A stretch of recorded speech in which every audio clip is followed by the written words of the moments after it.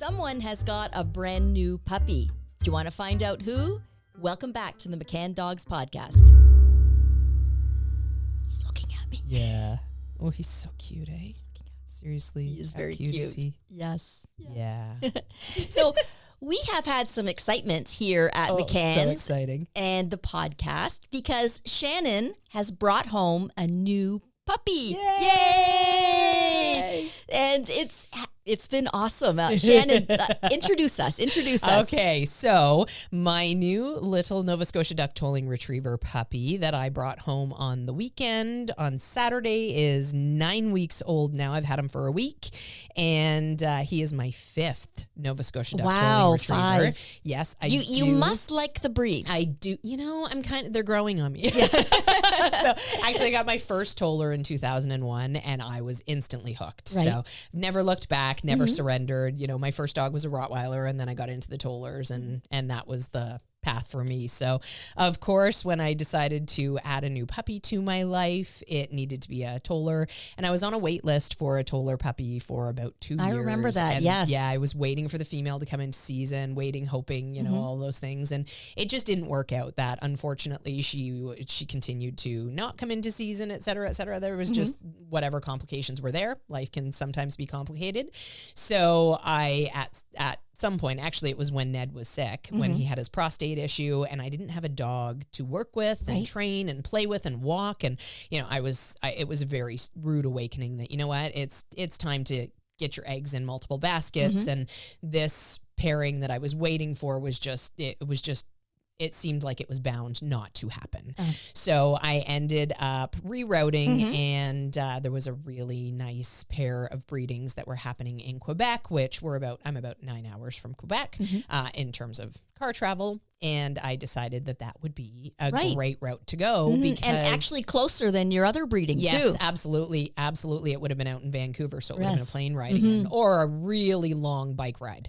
Yes. Really yeah. And you would have needed a basket to bring the puppy home. Exactly. It would have been like the Wizard of Oz. Who knows what kind of adventures would have happened on the way home. On that yellow brick road. Yeah. So I rerouted, and it's, you know, those fate things, right? Like things are meant to happen for a reason. Well, this puppy is related in some way to all four of the other tollers. That's amazing. Yeah. Amazing. So there was a huge connection there. You know, as I got to know the breeder, and then the breedings happened, and the litters happened, and watching these litters, I got to watch them from 2 weeks on webcam. Yes. So I spent so much time. Like, I think I grew, you know how, you know, the pictures of old Father Time, right? Yeah. The Sam Simon Simpsons picture for Albert to get in a Simpsons reference. I think that's what I looked like at the end of when I finally got ready to pack up the car and move and drive out there to pick him up. And I think I had grown a lot of hair. Yeah, and you must have felt like you knew the puppies already because you've been watching them on a webcam. Absolutely. Yes. I was watching and studying them, and I was trying really hard not to be biased towards the boy, because the litter that I really wanted a puppy from had 7 puppies in total, and of course 6 of them were female, and I have a preference for boys. So going into it, I was expecting to be able to choose from a few boys, and unfortunately there was only one boy and 6 girls. So I thought, okay, you know what, I can do a girl, like no problem. I just need to shift thinking a little bit. I want to be open-minded to the best puppy for me, not just the best boy puppy for me. So I watched and I tried really hard not to be biased. But this little guy he stole my heart right from the get-go. And of course, you know, as much as you try not to be biased, it's really, really difficult. So I pretty much was committed to him in my heart from much earlier than I care to admit at this point. But now that he's home, and he's been home a week, and I've gotten to know him even more, I know it was the best decision. He really is a great fit for me. He's fun, he's confident, he's bold, he's ready to take on the world, but he's also thoughtful and sweet, and, you know, all the puppy things. Right. Yeah. Well, tell me about the preparations for the trip. Like, you know, knowing that you're traveling to another province, bringing back a puppy, what did you prepare? That's a really good question. So I actually knew that I would need another driver.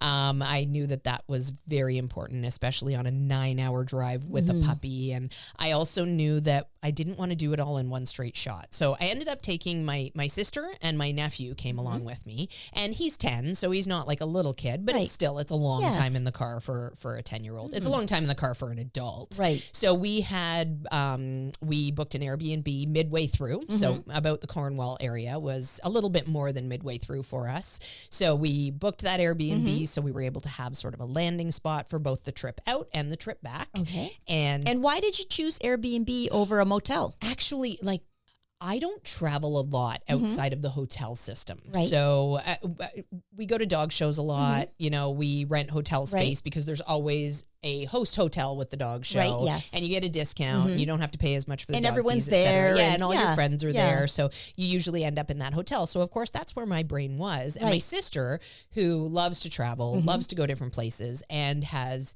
an exceptionally long and wonderful feedback rating on Airbnb, said, well, why don't we rent an Airbnb? And I was like, oh my gosh, that's genius.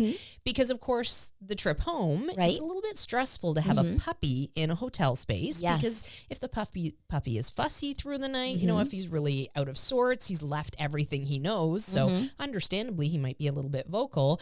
And I thought, my gosh, my sister's a genius. Like, what a great idea. Right. Like, yes, the Airbnb, that's so much less stress. So as it turned out, it was perfect. And he was glorious through the night anyways, but it took that stress out of the situation. It's a good idea. Yes. Because the noise in a motel is, absolutely. And even the noise from other people, if there's kids running up and down the hall, you know, the puppy's going to be startled and exactly. No, that was a great idea. Your sister is a genius. She is a genius. Yes. I will make sure that she listens to this episode and hears that. So yeah, I had his puppy crate all packed up. I had a baby blanket in there. I had a toy in there. I had bowls for food and water in there to bring along. A couple of different lengths of leash/long line. Yeah. Did he come with a collar or did you? I actually switched off his collar when I got there and left the puppy collar with her and put on his new collar. So we had talked about what he would go home with before that. So I knew that I was going to bring a collar along with. So yeah, I had a collar. Paper towels? Yes. Paper towels and towels. Right. Huge thing to not leave home without, especially if you do have a long car ride. Yes. So I had pretty much everything I needed. I can't think of anything that I came up with that I needed to pick up on the way or anything. Planning makes the difference. Yes, absolutely. And I mean, she was really helpful. The breeder was really helpful with that as well because she was able to say to me, no, I'm sending you home with a puppy starter pack bag of food. So I didn't have to bring any food with me or anything like that. How about the breeder's water, or did you just? I just went with water, even though I'm usually very cautious with water, but I figured, you know, she's on a well. Okay. So I figured there's probably going to be like a variety of bacteria that he's already been exposed to and whatnot. And I thought, you know what, we'll play it by ear and see how it goes. And he did very well, very well with the water. So no problem there. How was the moment where you walked in and saw him in person for the first time? Literally, I said to my sister, my sister came with me to pick up Reggie 16 years ago now as well. Reggie was from the States, wasn't he? Reggie was. He was from Virginia Beach. And we went down and we took in a Billy Joel concert while we were down there. And of course, Reggie was named after Elton John. Reginald Dwight is Elton John's real name. You should name the puppy Dwight. Yeah. And his, I already had that one. But yeah, I could have a Reginald and a Dwight. So that was part of Reggie's name as well. He was Tiana's spring piano man. So of course I like my piano players. And now this little guy's name is Levan, and he is also named after the Elton John song Levan. So I will be singing to him for the rest of his life. And his registered name is For He Shall Be. He's got his own theme song. Yes, exactly. Yes. So he's point du jour is For He Shall Be. So we what was the original question you asked? I got off track there a little bit. When you walked in and first met him. Yes, when you saw him in real life. Yeah, I was trying to explain the history, and then I got lost in the history. So I had said to my sister when I was picking up Reggie, like, can you please snap a picture of the first moment we meet each other? Right. Because like that, I've treasured that picture. I'm going to get emotional now talking about it, I know. But I've treasured this picture of us meeting for the first time. Right. And I'll catch my breath here for a second. Was there music in the background? I'm emotional because I lost Reggie in the summer last year. Yes. And so, you know, the emotions come up, but this is an honest podcast. We don't like to lie here. So no. You can hear the quiver in my voice. Yes. But either way, I've treasured that picture. It's me with this look on my face that is just glee. And Reggie, who was always a very pawy dog, is smacking me with his paw. So he's got his paw like right in the center of my chest as she was handing the puppy to me. Yeah. And I have this glorious picture in memory of that day. So I said to my sister, you have to do the same thing. You have to catch it as soon as I meet him. So literally I went to the front door of the house and was just about to knock, and the breeder came out and we hugged and exchanged pleasantries because of course we've been talking for months, but we haven't gotten a chance to actually meet in person. And she said, okay, go around the puppies were around the side of the house, or they were on the veranda on the back of the house. I saw the picture of, she has a beautiful veranda. Yes. It reminded me of your own veranda. Yeah, absolutely. It was like a home away from home. Yes. Yeah. So she said, go around the back. So I started walking around the back, and my sister snapped a picture as I was turning away from the door. And I'm not even kidding. That picture, it looks like I might as well be a 4-year-old standing in front of my first roller coaster. Like the look on my face as I'm like jogging, skipping down the stairs to get around the house to the puppy is just ridiculous. Like it tells such a tale. So yeah. And then I scooped him up and was holding him, and she snapped another picture there. So I have that picture with that glorious look on my face again, where I look like a total dork. Right. But there's no question that it is the most joyful moment, and his big ears, and it's just, so that moment was really wonderful. Was wonderful. Yes. Absolutely wonderful. Yeah. And what was his reaction to you? He was fairly indifferent. I mean, he didn't have the big dorky smile on his face. He did not have the same reaction to me. He was like, whatever. I said to him, I have been stalking you for 6 weeks, and I can't believe you're finally in my arms. And I think he bit my nose. You know, I'll be watching you. We're humans, all full of sentiment, and dogs are just not like that. I'm going to bite you and run off. Yes. He wanted to go back and play with his litter mates. So understandably. Right. And how long did you linger at the breeders? We were there for a couple of hours, just visiting and chatting. And then of course there's always paperwork and whatnot to do. To finish up. And, contracts to sign, and all of the, like, a good breeder will sit and take time to go over all the things that you need to be aware of, all the things that you need to know for the next duration, when you need to do vaccines, how much to feed, like all the things that you go into it thinking, I don't necessarily have this information. Like I got home and I thought, oh, I don't really know how much he's eaten in a day. Like, I mean, I've watched him with this communal group of puppies coming in, stealing a kibble and eating that one kibble, and then, squirrel, getting distracted by a toy on the other side of the whelping box. But I thought, I don't know how much you're actually ingesting. It's like a free feeding situation, and now we're going to meals. Right, so I've spent the week pretty much learning about him. But like there was good information from the breeder there to give me, feedback and ways to sort of move forward and make the good decisions for him. Right. So excellent. So a good breeder's definitely worth their weight in gold. There's no question. Yes. And sadly, our breeders have really taken a bad name. Oh, they do. Yes. Yes. And it's not the good breeders. It's the poor breeders that are giving good breeders a bad name. Yeah, exactly. I'm actually contractually obligated to give him back to her if I should be unable to keep him. Yep. I am obligated to do that because she is his breeder and she takes responsibility for him for his entire life. Yes. And I mean, that's what a good breeder does. That's what a good breeder does, yes. He's my 5th Toller. My Rottweiler situation was the same. Like a good breeder is going to be in it for the life of the dog. Right. So, I mean, there's a big difference between a heritage breeder, which is what the moniker is now for our good breeders. There's a big difference between that and say a backyard breeder or a puppy mill, like they're worlds apart. So, knowing the difference is a really important thing because you're going to get a good healthy puppy with all of the tests that that you should do to make sure that you're avoiding defects that are common in that particular breed. And having somebody to lean on as well, having somebody to say, I'm having this problem, having this problem. Like, what do you know about this? What do you know about that? I mean, it's worth its weight in gold. Right. It's like going to going to if you don't know anything about cars, I'm going to go and buy my car from a dealership where I know the mechanics looked after it and I know everything's been done, rather than going to, the guy down the street and just trusting him that he's giving me a good car. Yes. Keeping your fingers crossed. Right. And then as you're driving, the paint starts peeling off. Exactly. You realize that there's no car under there. It's all rust. Yes. Fresh paint. Yeah. Oh, it was freshly painted for me. That's so nice of you. Yes. Why'd you do Covering that? up the rust and holes. Exactly. Yes. Exactly. Bullet marks. Yeah. Bullet holes. Where are you driving? Well, you know where I live. Yeah. Oh my goodness. Now, how was the car? Because you had to.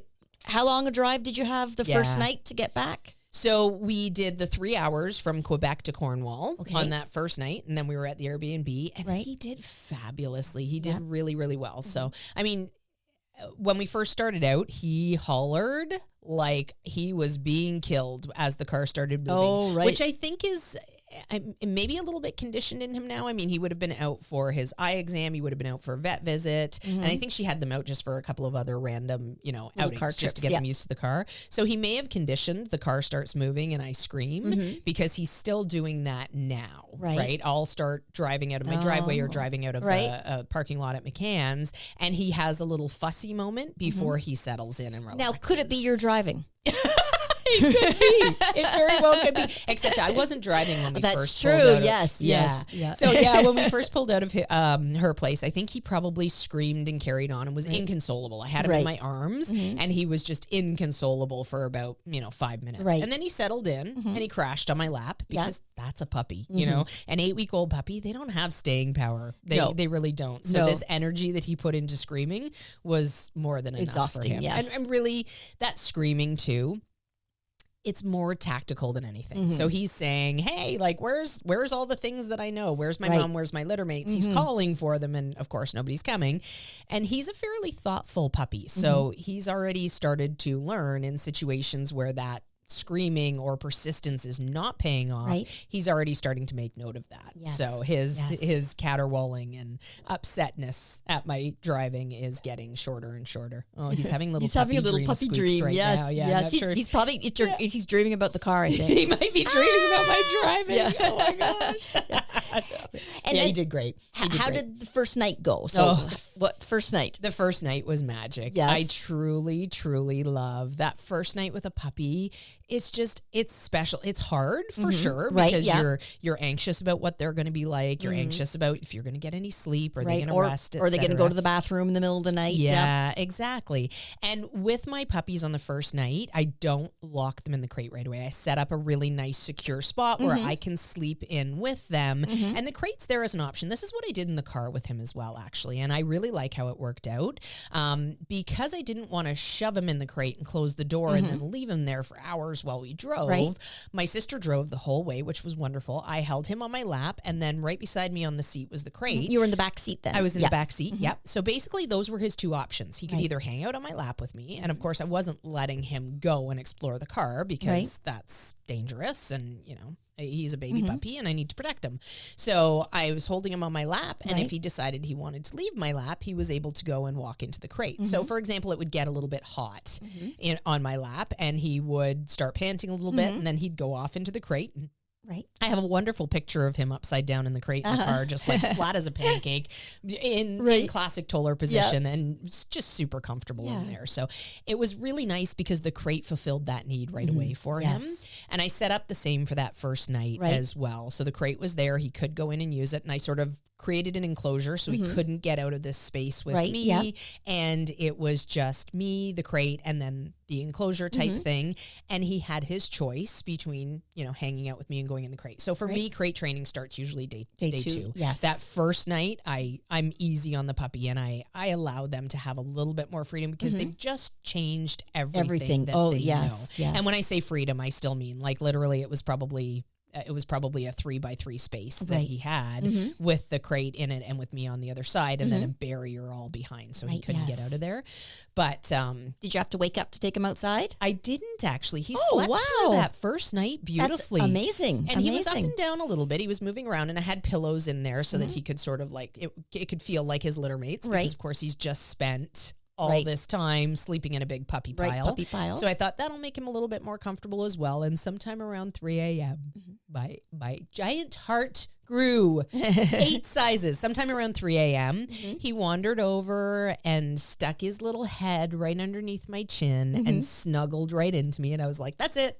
I'm done. He's mine. He's mine. He was already mine for sure. But at that moment, it was like, yeah, this is it. This is the moment I was waiting for all these weeks. So, that went great. I got to get emotional again because that's me. Yes. But that went great. And I think that really helped to cement the bond. Those moments, that time that I spent with him there, that time that I spent with him in the car. Right. He was looking for comfort, and I was that comfort for him. And then when he was looking for some other sort of need to be fulfilled, like feeling too hot, the crate was that for him. Right. Yes. So it already put a nice positive spin on the crate. Yeah, absolutely. Yes. I loved that. And he also, coming from a good breeder, she had started them with crates already. So when she removed the whelping box, she replaced it with crates inside of their enclosure. And he was already used to sleeping in the crate. He liked going into the crate. The doors were off, but he liked going into the crate. Was it wire crates or no, they were very kennels. So nice den-like. Exactly. And you could seriously see the instinct in those puppies. Yes. They all wanted to be in that den and nice and safe and in the little enclosure. So yeah. And now how about when you got him home to your house? How did you introduce him to your house? Yeah. So my house is not a puppy-friendly house at all. I have open-backed stairs that I have 2 staircases stacked basically. So from the basement up and then the main floor up to the top floor, that top floor staircase has open backs and it's literally right on top of the basement stairs. Right. So if I were to just let him wander, he would fit right through those risers and it's a dead drop straight down to the bottom. So I always recommend that everybody is very cautious about their introduction to house. We don't recommend just putting the puppy down and saying, explore. Good luck, go see everything and make good choices. Right. We're always there supervising, but I was extra cautious. Yes. I have yet to let him walk through that area in any way, and I won't until he's bigger. Right. Yeah. It's just there's too much opportunity for an accident to happen. He's bold, he's inquisitive. It wouldn't surprise me at all if he went and stuck his head right through that and I'm sure you can imagine the terror in my stomach right now just thinking about it. Yes. So I've got baby gates set up in my living room so that this is the space that we hang out in, and it's a nice closed area. It's a nice small area because right now I don't want him having a ton of freedom. Right. I want him to basically think that his life is all about me. Right. Exactly. So I did initially let him have a meeting with Ned because I knew that Ned would be great with him. Right, if I had any doubt at all that Ned wasn't going to be friendly with him, I wouldn't have let that meeting happen. But when we got home, I thought, you know what? Ned's been home without me for the weekend. He stayed home with my partner and he's curious about this thing that's coming. So you know what? I'm going to let them have a little meeting. Right. And they had a great little meeting. So what did Ned think of him? Ned was so excited. Yes. He was so, oh my gosh. He was like, what is this thing? It's so cute. But doing the whole, play bowing at him and whatnot. And poor little Levan was just like, okay, you're big, dude. I'm not sure what to make of you. So I just let them have 30 seconds maybe to sniff each other out a little bit. The puppy came out and said, okay, maybe you're not scary, and sniffed Ned a bit. Yeah. And then that was it. Yes. I separated them at that point and thought, okay, you know what? A couple of days later, I thought, maybe I'll let them have another little meeting, just just for fun, just to see. And right away, the puppy went in on Ned's genitals, went in on his ears, and went in on his tail with that shark. Yes. Shark bite mode. And I thought, okay, you'll see him in a couple of months now. Right. Yes. Once the puppy has some manners, I'll let them have a play together, but there's no way I'm going to subject Ned to that. And Ned, of course, was like, whoa. Oh, what's happening with this thing? Ned's a very sweet boy, and he would be tolerant until he wasn't. And I don't want to push him to the point where he doesn't have that tolerance in him anymore. Right. So it's definitely up to me. Yeah, and maybe elaborate more on, so many people think, you bring a new puppy home, and a lot of people get the puppy for the older dog, and they just set the two loose, and that's that. Yeah. Well, elaborate on why we like separating puppies from adult dogs. Yeah. So even with the separation, even with the living room baby gate in place where Ned is on the other side of it and the puppy is working with me, it is a challenge. When Ned moves, it's a challenge to keep the puppy from wanting to go and party with Ned. Dogs know each other, right? They recognize their instinct. They read each other. You know, this is their own species, right? Of course, if you walked into a room and there was a whole bunch of alien-looking creatures on the left, and there was a whole bunch of alien-looking creatures on the right, and there was somebody that looked just like you in the middle, right? Who are you going to gravitate to? Definitely the aliens. No. Well, that's you. That doesn't surprise me at all. But yeah, I mean, definitely the dog is going to gravitate to the other dog. Oh, I want to change my answer. Oh. To whoever is Candy. Oh, yeah. Boom, boom, yeah. Candy definitely changes every equation. So if I were to let him spend a ton of time with Ned, he would bond with Ned in a heartbeat, and then he would just be about Ned. Right. Ned all the time. And I don't blame him. Ned's great, but I want the puppy to be about me. I need to bond with this puppy. I need to create a working relationship with this puppy. I want a puppy that looks to me for all those need fulfillments, not to the other dog. Yes. So right now I am building value for me, and anything that rewards him for environmental stuff or for playing with other dogs, or, you know, anything that rewards him outside of me potentially takes value away from me. Right. So I need to be calculated with those things. Yes, of course, I want him to explore the world. I have 12 acres of property, and I got it because I love exploring with my dogs. Right. Yeah. And right now I'm just loving exploring with this puppy so much because everything is new. Right. And I love playing the little game with myself where I try to predict what he's going to do. And then if he surprises me, I just learn more about him. Yes. Right? Has there been any surprises that maybe are different than your other tollers? Yeah. I mean, I don't think there's been anything really monumental just yet. He's been a really good little puppy in that he's fairly predictable, you know, and that's good. Yes. Yeah, that's good. Absolutely. I knew I was going to get screaming in certain situations. I knew I was going to get fussing in certain situations, and we're just sort of, we're weathering all that stuff as it comes. And I keep having these moments where I'm like, oh, you know what? This is the thing right here. These are the things right here. So all those magic pills that everyone's always looking for in dog training, they really come with these first couple of months with a puppy. You know, him coming into my house and me saying, okay, I'm going to let you explore the world and have your head, and then we'll rein it in later when I want to teach you obedience skills. It's so backwards. Right. So like the things that I'm doing right now with him is I'm guiding. Right. You know, I'm not just saying, okay, explore the world and we'll see how things go. Yes. Like, yes, there is exploration. Don't get me wrong. I want him to feel comfortable in the house. I want him to feel comfortable outside. I want him to be able to explore the property with me.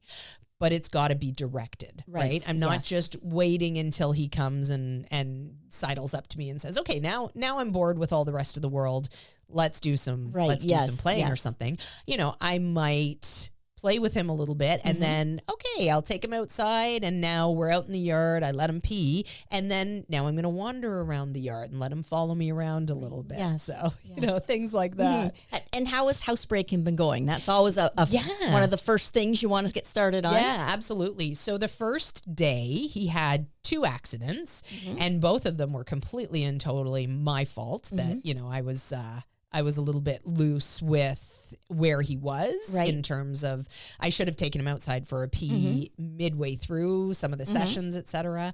But it was all learning at that point as well. I was trying to figure out, okay, how long is it before he needs to pee after having a drink? And of course, and what does he look like too as he starts to pee? Because a lot of times a puppy starts to go, and until we know them, we don't really recognize the stance. Exactly. And he doesn't squat very far.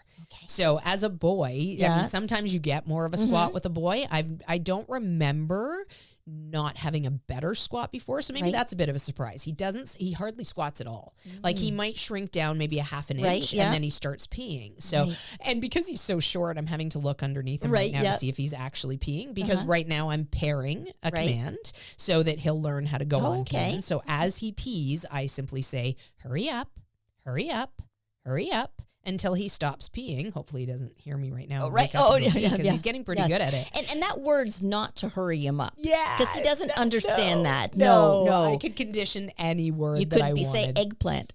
Absolutely. Yeah, any word. Eggplant. There you go. Any word that you're comfortable saying out and about will work just fine with you. So she's not hurrying the puppy. No. That's just a word. Yeah, I'm just conditioning. So I'm basically associating that word or that phrase with him going to the bathroom so that then I can later on down the road, I can use it as a prompt. Right. It's like when I hear the ice cream truck, that jingle, like do, do, do, do, do, do, do, do. I know ice cream truck's coming. So I grab my change and out I run. Exactly. Yes. It's the perfect association work. Yeah, absolutely. So that's going really well. So the first day he had those 2 accidents, but then he hasn't had any since. Oh, wow. Good. Yeah. Good. And I've been better at managing, and honestly, you forget how short everything is with a puppy, right? Because his staying power before he gets into that land shark crazy puppy mode, and his bladder, of course, is so small. So right now I know that what goes in is going to come out 45 minutes later in terms of peeing. Right. Yeah. So every time I give him a drink, and I don't leave water available. So I offer him drinks when I know that it's an optimal time for him to have a drink. So I might, after we have a little play, okay, I'm going to offer you a drink. Or after he has his meal, I'm going to offer you a drink. And I can offer him a drink as many times as I want. But what I'm doing is I'm noting the time. Yes. So, okay, he had a drink at 9:30. I know that by 10:15, he's going to need to go to the bathroom. Right. So at 10:15, if he's sleeping, I'm going to wake him up and take him out. If he, or potentially, if he is awake, then I'm going to make sure that I get him out at that 45-minute mark. And then, of course, my goal is to elongate that. I don't want to have 45 minutes on the docket every time he has a drink. But it's a starting off point. And then what I can do is I can use the crate, and I can use that ability to teach them to hold their bladder in the crate to elongate that a little bit, and maybe build, 5-10 minutes at a time. And that way I know that he's getting better at holding his bladder as he's growing, et cetera. So we haven't had, knock on wood, we haven't had any poop accidents inside because he telegraphs that so much better. What does he do to indicate? So we'll be in the middle of something, and then all of a sudden he just disengages and he starts doing a puppy burn. Oh, or a zoomie. Yeah. So as soon as he starts doing that zoomie, I know, okay, he needs to poop. And I take him out, and inevitably within 30 seconds, he does the whole circle and settles in and has a nice little poop. Yeah. So Oh, good. So everything's going well then. Yeah, absolutely. Excellent. Yes. Absolutely. How about his play style? Like, have you figured out the stuff he likes to do? Yeah. Yeah. Well, I'm still figuring out a lot of it. Right. So he definitely is a rough tugger. He really, really, really enjoys a good rough game of tug, which is great. And of course, initially I was like, oh, he's so little and he's so delicate. I'm used to playing with Ned, who's 45 pounds. Right. And Yeah. I've had all the other tollers and whatnot. It's been a little while since Ned was a puppy. So you kind of forget. And I was being so gentle with him and like, oh my gosh, I don't want to break him and I don't want to hurt his teeth. And then he's just a ferocious little I guess puppy. That's probably a game they learn young, in the litter. Absolutely. Yeah. Well, and watching them for those 6 weeks as they, the first 2 weeks, nothing's going on. They don't have their eyes open yet or anything. So from 2 weeks on to 8 weeks studying him and whatnot, it was really eye-opening. They tend to switch roles a lot though, depending on their mood. Right. So there would be times that I'd watch him in the whelping box and I'd think, oh my gosh, he's a terror. And then there would be other times that I'd watch him and I'd think, my God, buddy, stand up for yourself. Like, get on your feet. Stop picking on my puppy. But they're all like that. And he definitely liked to play keep away in the enclosure with his litter mates. So he'd get a toy in his mouth, or just him keeping away? Just him. Him playing keep away. To be chased. Yep. Running behind the crates to try to get the puppies to chase him behind the crates and around and through. Like they had all sorts of different things that would change out in their enclosure all the time. So they saw different stimulus. And, all the puppies, of course, had their play style. Yeah. Does he want you to play? He does. Yes, the chase game. Yeah. Literally. On Monday when we got home, when I got home Sunday night,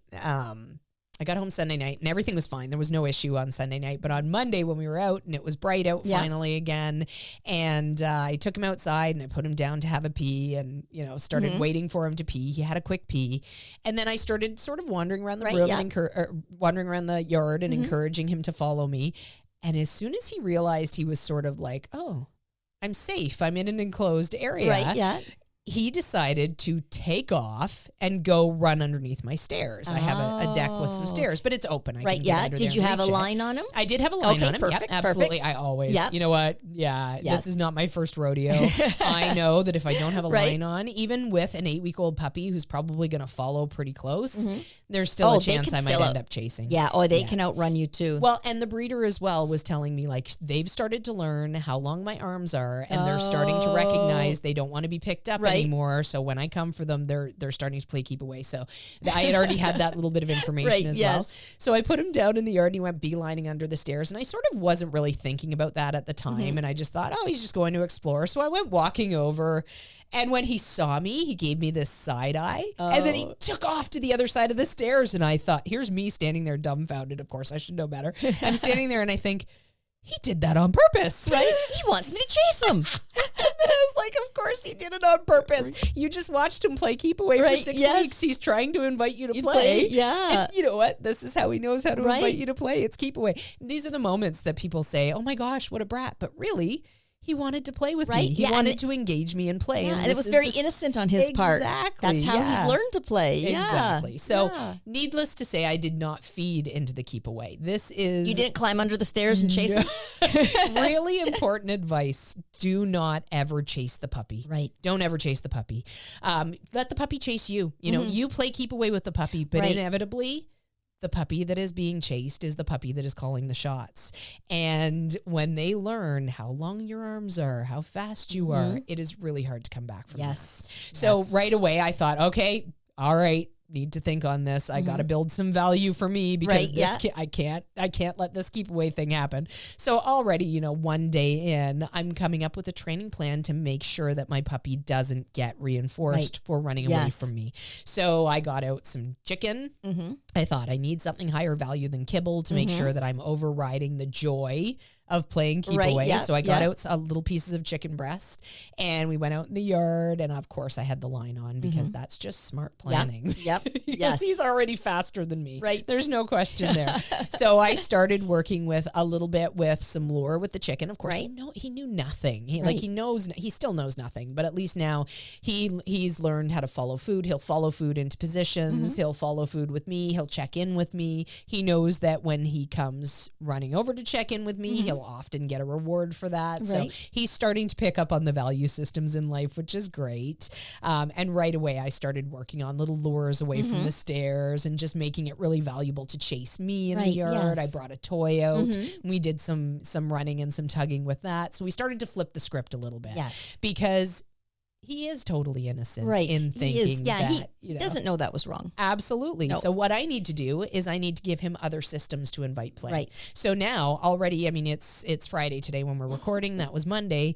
And he's consistently seeking me out in the yard and doing that sit and stare thing in front of me because he's learned that it pays off. And right now he's impressionable. You know? Yes, very impressionable. Puppies are incredibly impressionable at this point. So, and what they learn first, they learn best. Absolutely. So if you had chased them all around the yard, you'd still be chasing them around the yard today. Yes. I still remember, I think back to my first dog, my Rottweiler Quincy, and I remember scenes where my father, my sister, and myself were all chasing Quincy trying to catch her, and she was evading every single one of us. And that would have been the time of her life. It would have been. It was. Thank goodness we got into training and we got better skills and better understanding of how to deal with this dog. She ended up being a spectacular dog. Yes, but oh my goodness. Yes. She was a lot. She was a lot. How's crating been going? Crating has been going really well. So I actually pushed the envelope so much on crating because I knew my life is busy, right? I have a busy home life, busy work life, and the dog is part of all of that. Right. So I knew that this was Monday. I had Monday off to decompress and hang out with my puppy and get to know him a little better. And Tuesday, I was due at work. And Tuesday, I had to be in the office and I had to be away from him because I was helping judge graduation, which congratulations to all our graduates from Tuesday, Thursday this week. Yay, you did great. So I was helping with graduation, judging graduation, and I knew that I would need to leave him to be relaxed in his crate. So Monday, one of our biggest goals on Monday was to push through that screaming in the crate. And I also have a life to live. Right. So I had to go to the post office for something. I needed to walk Ned. This puppy is not coming on walks with Ned and I just yet. Like that'll be a while down the road. Once we've bonded, once we have some skills, etc. Levan will get to come out with Ned and I. But for now, it's now raising or having 2 dogs separately. Right. Basically. Yes. I mean, Ned's raised, but the puppy is not part of the life that I lead with Ned. Ned and I go for our walk, have our run in the morning, whatever the case may be, and then come back. The puppy's in his crate for that entire duration. Right. I had to go to the post office. I had to go and get some groceries. Like I had things that I needed to get done. So he needed to be alone right away in his crate. And that's perfect. So many people. Absolutely. We don't leave their dogs alone quick enough. Yeah, yes. We often get new clients who say like, how do I leave this puppy alone? It's been 2 weeks or, sometimes longer than that. Right. And like, I haven't left the puppy alone yet. And honestly, you just need to tear that Band-Aid off. So what I did on Monday, I spent a lot of time on Monday putting him in the crate, even when I knew he wasn't tired and wasn't going to crash right out, put him in the crate. And I would sit there with him for a little while and let him settle, let him get comfortable. And then I would start moving around the room. So initially I thought, you know what, I'm going to dust. I'm going to clean my living room because I'm in here and I want to stay in the room because I want to be close. So, here we go. So anytime I would walk out of the room, I would talk to him and I would say, you're okay, buddy. I'm right here. I'm just going into the, I just made conversation basically. I just wanted him to hear my voice so that he knew I was still there, even though he couldn't see me. And then as I was moving around the room dusting, I was very conscious of not constantly talking to him. I was conscious of every once in a while giving him a nice little, you're a good boy. And he was squeaking and, trying to figure out what was going on here. I made sure that while he was squeaking and making any noise, I was quiet for that. And then as soon as he would stop, I would praise at that point. So I was letting him know, you know what, this nice, pleasant voice comes when you're quiet. And at that point as well, sometimes I would come back in front of his crate and I had a towel over the crate so he could only see me from the front. Sometimes I would come back in front of his crate, sit on the couch and just hang out with him for a minute and see what kind of state he was in. And then after a few minutes, if he was settled, I would get up and move around again and do the same thing.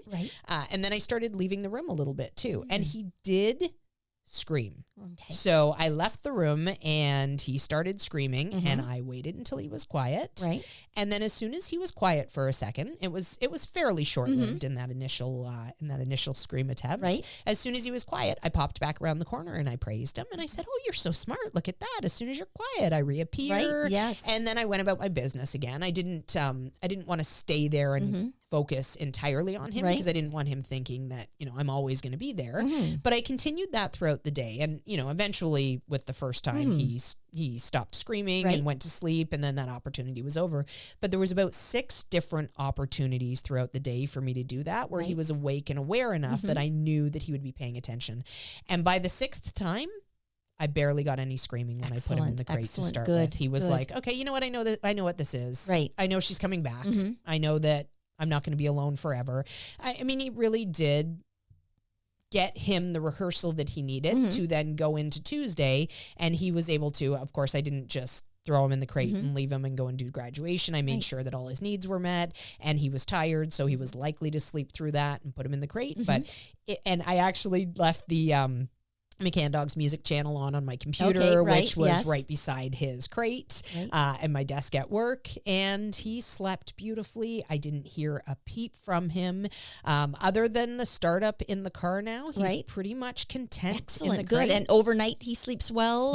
So he's gotten me up a couple of times. He did get me up last night again to go for a quick pee, but he goes right back to sleep as soon as he goes for a pee. Now, if he didn't get right back to sleep, what would you do? I might do some mild comforting, slide my fingers through the crate bars and just encourage him to go back to sleep. I definitely would not ever let him out. It's like the whatever you do, no matter how much they cry, no matter how much they beg, never feed them after midnight. It's like the gremlin rule, right? Yes. No matter how much they beg and cry, and no matter how much it tears at your heartstrings. I mean, honestly, it's so sad to hear them cry. Like it's just like this instinct in you that you just want to grab them and snuggle. Right. We have that strong nurturing instinct. Yes. Actually, it's really funny because as soon as I brought him home and introduced him to Ned and introduced him to Kip, who was really excited to meet him. Kip's my partner, really excited to meet him. And we had this nice little chat. And then I thought, oh, you know what? I got to go and unpack my stuff. So Kip was busy with something for the moment. So I just kind of slid him into his crate for a moment and I closed the door and I knew he was going to go and have a nap. So I thought, okay, I'll wait until he settles for a second. This was Monday when we came home. I'll wait until he settles for a second and then I'll go and unpack my stuff. And he did. So I went and unpacked. And then when I came back out, he was out and in Kip's lap. And I said, what? It was honestly, it was like 45 seconds later because I had come to bring another bag from outside into the house. And I said, what's going on? And he said, oh, honey, he was crying. And I said, what? Oh, what? Have I not taught you anything? Like, we've been together almost 10 years. Really? And he looked at me and he was like, what? He was crying. And I said, honey, I said, really? Honest, I know you think you're being kind. Right. But if he cries and he thinks that works to get him let out, he's going to rely on that tactic. And in the long run, it's a killing them with kindness thing. You know, it feels good to you, but it's not right for the puppy. What's right for the puppy is for him to learn that crying does not work. Being quiet works. And then it's going to be so much less turmoil as he tries to navigate this crate training thing. But oh my gosh, I thought, it's funny, how that was covered. I thought he would have known that. Anyway. Maybe it was a different type of crying. Maybe it was true. Maybe there was tears. Maybe there was actual tears. It was very endearing though for Kip. Like what a sweetie. But regardless, not the right thing to do from a dog trainer perspective. But I remember bringing home puppies when my son was young, and my son would always take upon himself to give the puppy the tour of the house, and he would either lead the puppy or carry the puppy and say, "This is the water bowl. Here's the back door. This is my bedroom." These are my toys. These are my toys, not your toys. Right, yeah. Here's the rec room. And he would go around and give the puppy a complete tour. And it was so cute because I think Ty truly felt when he's a little boy that the puppy's like, oh, okay, yeah, taking this all. Oh, bless his heart. Cute. Yes. Bless his heart. So did you give him the tour of the house?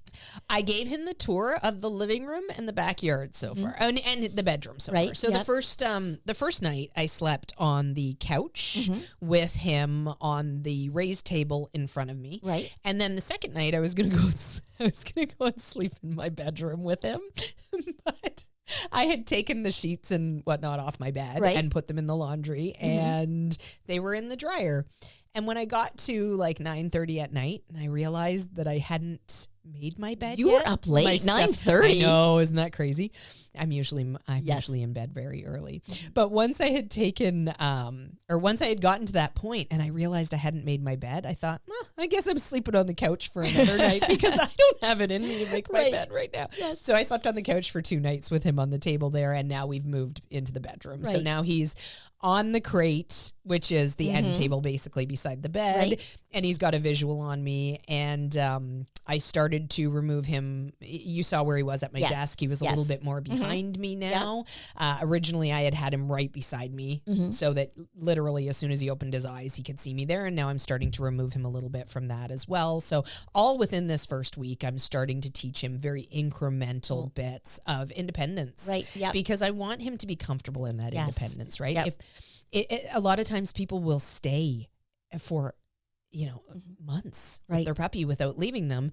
And of course, then when they have to leave them, it's a huge deal. Oh, it's even worse. Yes. Yeah. Yes. Yeah. Because it'd be like, wow. Yeah. Yeah. They get used to their new normal. So my best advice to people, if you're bringing home a puppy, is try to keep the same schedule that they are going to need to keep once you go back to work or resume life or whatever the case may be. Let them figure out how to be confidently independent, and every puppy is going to be a little bit different. He started out very upset about the idea of being alone at all. Right. And then very quickly got used to it once he realized that, oh, you know what? I survived it and there was no big deal. There was no need to make a big panic about it, etc. And reinforcing the right things with a puppy is so important because they're so smart. They're sucking everything in. They're just, they're learning all the time. So the other thing that I really wanted to talk about today was all of the tiny little lessons that he's learning throughout his day-to-day life. Right. Yes. And those are things like when he wants something and he can't have it and he starts throwing a temper tantrum. A lot of people, for example, There was a video that we put out a while ago that I had a young puppy up in arms, and inevitably someone's always going to comment that when you have a puppy up in arms that doesn't want to be up in arms, that you should put them down. And of course, we could not disagree more with that. A puppy who learns to fight and get what they want out of life is a dog that learns to fight and get what they want out of life. We want dogs that become complacent and cooperative and that are team players rather than saying, you know what, I'm going to do my own thing. Right. So, yes, because comes a time that, you're at the vet and you have to restrain the dog for a procedure. Absolutely. And the dog says, you know what, I fought all those times when I was a puppy and I'm going to fight this now. And now the vet can't handle the dog. Yeah. Or you need to trim toenails, or they want to go see a dog on the street and you don't want to allow it, Or it's a breed that needs professional grooming. Yes. So many of our mixes now need professional grooming and they have to be still because grooming tools are sharp. Yes, absolutely. Yes. Well, and when you need to get around eyes and things like that, you really need a dog that has learned to be settled and relaxed and offer you good behaviors. Yes. So, yeah, I've been really aware of all the tiny little battles. Like the first time he was up in my lap, I mean, he loves to snuggle, and that of course is fading as the week goes on and he gets more comfortable in his surroundings, which is natural for a pup. But I still like the snuggle. So we're doing, affectionately called forced snuggles, not really forced, but sort of, So basically what I would do is if I have him up in my arms and he says, okay, I'm done with this, I want to get down now. Well, sorry, buddy, you're not going to. Right now, I want you to relax and I want you to hang out in my arms. And there's been a lot of moments where he starts caterwauling. Right. Yeah. Yeah. Where he'll start vocalizing. He'll start thrashing around. He'll start kicking me with all his feet, trying to get out of my arms. And I just hold fast. Yeah. You just, buddy, you just need to weather this. Like, you're not going to win by fighting me. This is never going to happen. And if I gave in to him, he would be calling the shots. Right. He would be dictating whatever happened in his life. And when push comes to shove, I can't have that. I have a song for him. Okay. It's Levan's fought the law and the law won. Levan fought the law and the law won. There you go. There we go. The law won, little buddy. Yeah. The law won. The law won. Oh my gosh, he's such a sweet little guy. He's on his back right now in his crate, just being adorable. And he's been in there the whole podcast. Yeah. And we heard a puppy dream and that was it. Yeah. Yes. Yeah. He's getting really good at transitioning in there. It's really just practice. You know, a lot of the times people are so afraid when they hear the noise, et cetera. And the noise is probably going to be there. So you just need to weather it. You need to take the opportunities to help them understand that they're not alone. It's not a scary world. And and it's normal. We can help you with this too. Yes. We can give you support right from the get-go if you want to join us in our Puppy Essentials program online or in person. We can help you through all these things. This week, honestly, you always expect the first week with a puppy to be inevitably a nightmare, like so much teeth and screaming and sleepless how has the nipping been? Actually, you know what? He has been a brat. Oh, I love him so much, but oh my gosh. So it's gotten better already through the week. Dogs are so good. So again, this is a puppy inviting play. Right. And as much as we want to think, the puppy's vicious and evil. No, this is how they know how to play. Yes. If you watch them with their litter mates, this is what they do. He would run up to a litter mate, grab an ear and start death shaking it. And the litter mate would start screaming, but then the litter mate would come back at him even harder. Yeah. And they would have this great wrestling match. Yes. And he had a really tight relationship with one of the small females in the litter. And the two of them would just be gangbusters all the time. Yeah. Super rough. And, on some level, it's like, okay, I like that you want to play with me, but we need to change the rules a little bit. So on Monday and Tuesday, my face a lot of the times was in this contorted scream as I tried to pry my hand out of a puppy mouth. Yeah. You do forget how strong their jaws are and how sharp those teeth are. Yes. Well, and I think I've had a couple of tollers that have been very nippy as puppies, and I've had a couple that have been very soft-mouthed as puppies. And he's a nipper. Yeah. He bites hard, but it's already gotten better through the week because we've been doing skill training, right? So I've already been doing work with handling exercises, so he starts to learn what to do when my hands come around his head, right? Right now, he's thinking that hands coming around his head just means that it's time to party, it's time to play. So he's rising to the occasion. He's trying to grab at my hands and whatnot. So as he learns that there's other options when hands come near your head, the nipping is getting better. And of course, I've had to address a little bit with discipline because it was really over the top at one point. On Tuesday, when he came flying at my face with as hard a bite as you could possibly imagine. He's like, the police were going to recruit him that day as a security dog. Yes. Exactly. So he got a little bit of discipline for that. But for the most part, things have improved dramatically just based on doing handling exercise, based on doing collar hold exercises, all things that we teach in our Puppy Essentials program. So he is learning that a closed mouth when a hand is in his collar will result in a cookie coming. So he's learning patience. He's learning to wait for that cookie. And of course, the nice side effect of that patience is that he's not thinking, I want you to let go of my collar, and he's trying to bite at me. He's learning that this is part of the process that rewards come. So, and the same with handling, like learning that as I'm touching his ear, that means a cookie's going to come if he's calm with it, is helping him understand that he shouldn't just turn around and bite my hand. He's waiting for the cookie. So I'm shifting his thinking in all of these natural tendencies. Exactly. Yes. And retrievers are naturally rough and tumble. Yes. In the litter, they're really rough and tumble.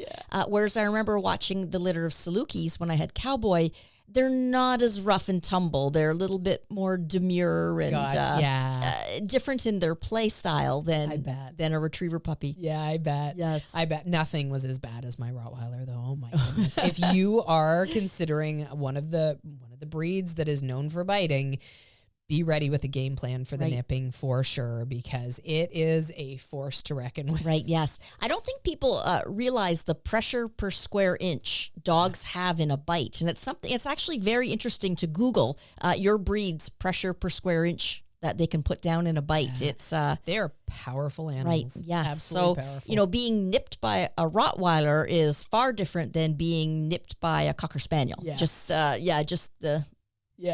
the pressure in the dog's jaw is different. Yeah, absolutely. He definitely doesn't have the Rottweiler jaw to him, but he's got a strong bite. So, and like those needles, right? Yeah, they're sharp.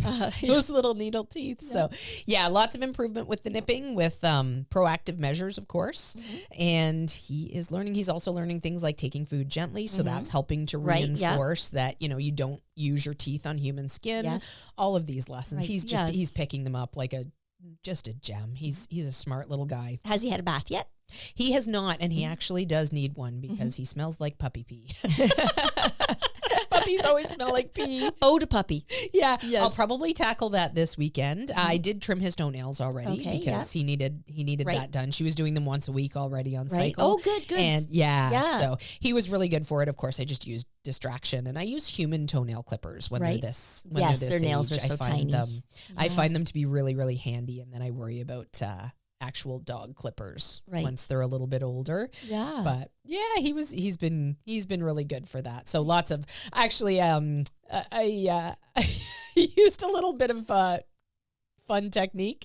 I was by myself when I was trimming his toenails. Skip was off at work, and I thought, you know what, I'm going to do this. I'm not going to worry about waiting. I'm going to do this. Because sometimes, you know, if you have a second person, they can distract the puppy and then you can get the work done. But I thought, no, you know what? I know I can be crafty. So I took a spoon and I put some peanut butter on the spoon. Yeah. And then I stuck the peanut butter spoon in my mouth. So I was holding the end of it. Yeah. So I was hanging the spoon from my mouth and he's licking away at the spoon upside down on my lap. Inventive. He's licking away at the spoon. Yeah. And as he's busy with that, I was just able to trim all his toenails. You know, I was very careful to not pinch or hurt it all and not give it a bad experience. But I was able to get it done. And now, of course, we're doing nail work every day because I want to make sure that he is a piece of cake. Yes, I know that you like having beautiful nails on your dogs. I do, and I like to not have to argue with them about it. Right? At all, yes. So. Yes. Yeah. He's so fun. He's so fun. We're having a party. How about socializing plans? Do you have any things that you especially want to get him, I know that you'll probably be doing field work with him. Yes. So what kind of things do you want to get specialized for him? Well, right now is general exposure time. So I believe so strongly in socialization, but through exposure, not necessarily interaction. Right. So, You're not dropping him off at the dog park tomorrow. oh gosh. Yeah, no, definitely not. Have fun. Definitely not. So right now he's meeting a lot of people while he's up in my arms because of course when he's not, he does what he did to you today. He jumped into your lap and went right for the bite. Right, yeah. He also pulled the string on my sweatshirt here and pulled it right to the knot. So luckily it was knotted. Yeah. I think it was safe to say that he fell in love with you instantly. He loved this one. He jumped right in her lap and just started chewing her up. Yep. So yeah, right now, and because I knew that Swanee would deal with that well as a dog person, I wasn't too worried about it. Right, I didn't jump up and squeak or anything. No, and she helped to calm him as well, which is exactly what he needed.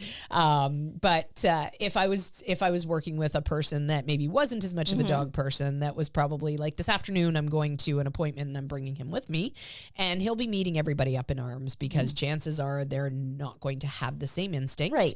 And that's okay. That's all right. I just want to make sure that he doesn't get reinforced for the wrong things. Yes. And so I'll have him up in arms so that I can deal with anything that comes up. If he tries to nip at that point, I know I'm not going to have a Swanee to tell him that that's not appropriate and help calm him. I'm going to have somebody who will, react differently. So I'll be able to address those things. Right. And I enjoyed having a puppy pee smelling puppy in my lap. Whereas not everyone enjoys that, and I don't understand why. I know. What's with no, that? actually he didn't smell. Oh, good. You warned me, but he didn't smell.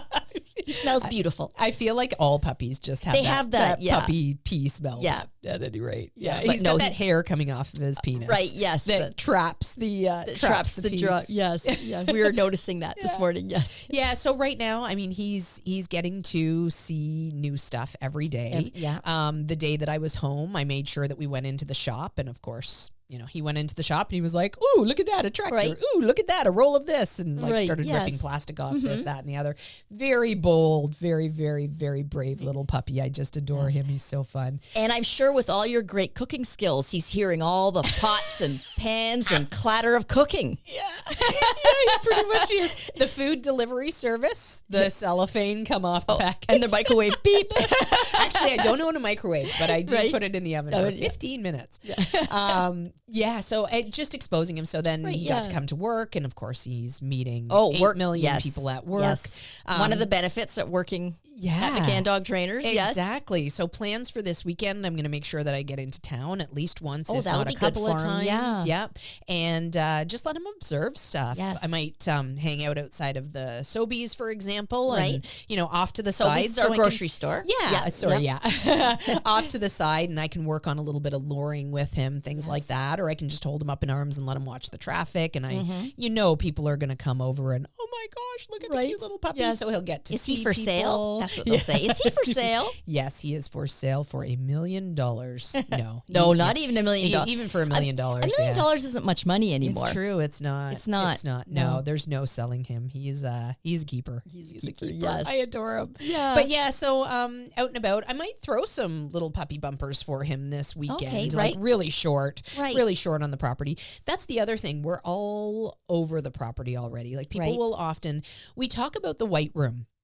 And we talk about starting things in the white room before moving them out to other locations. And that's important, but people stay in the white room for way too long. They take it too seriously that the puppy has to be perfect in everything before they get out of the white room. So as an example here, I'm already working out of the white room, so I started my luring behaviors in the living room, in our area in the living room where there was nothing going on. And he learned how to lure into a sit, a down. He's learned how to lure a shake a paw and a roll over. So those are the things that he knows at this point.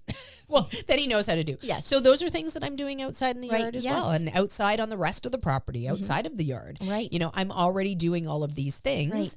I'm using kibble in the house, and I'm using the chicken pieces outside of the house because I know that it's going to be harder to keep his attention. Yes. But right now, he's at an age where he's cooperative, Right. you know, outside of that enclosed backyard, when we go out and explore more of the property and it's big and open, he doesn't stray far from me because that's instinct, right? Yes. That instinct to be safe and to stick close to what you see as safe is so strong in puppies at this age. So right now what I'm doing is as I wander the property with him, you know, he might get a little behind, and if I go pop, pop, pop and give him a little hand clap, he comes racing up to find me. And of course, when he gets to me, he gets a little bit of chicken, or he gets a good little rub-in, or I might pull out a toy and have a little play with him. So I'm capitalizing on that cooperation, right? That cooperative nature that he has to want to stick close and follow. I'm now building value for, so that he gets to the point where he goes, oh, you know what? Every time I hear pop, pop, pop, or whatever the case may be, I mean, eventually that will become his name and a more informal recall command, etc. But right now, it's just rewarding the idea of coming to me, of, you know, checking for me, of running to me, all of those things, right? It's just building value for that thing. And then when we hit like 12 weeks, 16 weeks, those are ages where they change a little bit. Right. They grow in their confidence. Exactly. And at that point, I'm going to have a harder time keeping his attention, but I'll already have had all this history of value that I've built. Yes. So right away, it's going to make my life that much easier at that point down the road. And I've already set the scene for him that I'm valuable. And it's not Ned that's valuable. It's not wandering and sniffing the property that's valuable. It's me. Right. That You're the center of the world. Exactly. Yes. And that creates a puppy that wants to be part of my life. And then having those little battles too. That's another huge thing. You know, that those moments where the puppy is squirming on my lap and saying, let me go, let me go, let me go. And a lot of the times people will go, oh, he doesn't want to be held. I better let him go. And the puppy learns in that moment to fight the person. Right. What I'm doing is I'm creating this leadership where I say, you know what? No, you can't do it until I say, and I'm calm about it. Right. You know, he's not at fault by trying these things. Yeah. He just needs to know that these tactics are not going to work. Exactly. And the more I impress upon him that he needs to be calm or ask permission or defer or whatever the case may be, the better leader I look like in his eyes. Right. Yes. And then that all feeds into creating a dog that loves to listen and wants to listen and has value for listening. Right. So, yeah. Well, Shannon, this has been a fun talk. It has been. Yes, it really has been. And I'm sure we're going to be talking about him quite often on our podcast. I don't think so. No, not at all. He's not interesting at all. Yeah. Well, he will be what? So he's 9 weeks old now. So he'll probably be about 11 or 12 weeks old when this episode airs. Right. So we'll see. Oh my gosh. Yes. That's a lot of time to have fun with a puppy. So we'll see how things evolve, and I'll keep everybody posted on his progress. Right. Yes. We'll hear lots more stories. Yes. Yeah. It's fun. Absolutely. It's fun to be actually living it. Like you're living the puppy stage right now. Yeah, absolutely. And I really want to document everything. Like I don't post on Facebook personally a lot, but of course I've been making an effort to post on Facebook because I want these memories to come up. Yes. Oh, it's fun on Facebook. A year memories. from now, I want these puppy memories to come up where I'll be like, oh, look how far we've come, little buddy. Like, who knows where he's going to be at that point. Yes. And, you know, I have all sorts of aspirations for him, of course, but as his name says, he shall be. He shall be. So whatever he is, he is. And I love that. Yes. And on that note, I'm Instructor Shannon. Instructor Swati. Happy training. The McCann Dogs Podcast is brought to you by McCann Professional Dog Trainers. We help dog owners to have a well-behaved, four-legged family member. Please give us a call at 905-659-1888 or visit us at mccanndogs.com. Happy training!